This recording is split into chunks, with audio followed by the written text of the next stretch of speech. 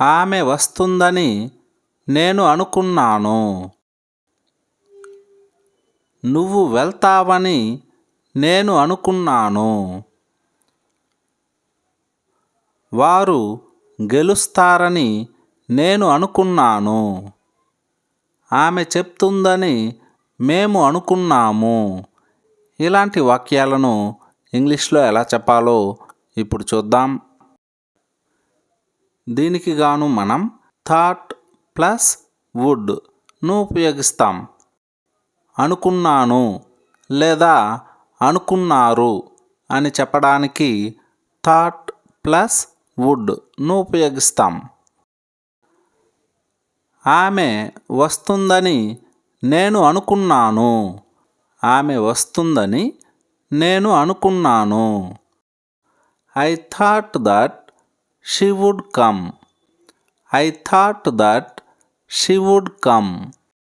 నువ్వు వెళ్తావని నేను అనుకున్నాను. నువ్వు వెళ్తావని నేను అనుకున్నాను.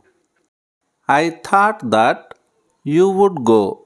I thought that you would go. వారు గెలుస్తారని నేను అనుకున్నాను. వారు గెలుస్తారని నేను అనుకున్నాను. I thought that they would win. I thought that they would win. వారు సహాయం చేస్తారని ఆమె అనుకున్నది. వారు సహాయం చేస్తారని ఆమె అనుకున్నది. She thought that they would help. She thought that they would help. అతడు మాట్లాడుతాడని మేము అనుకున్నాము. అతడు మాట్లాడుతాడని మేము అనుకున్నాము. We thought that he would speak. We thought that he would speak.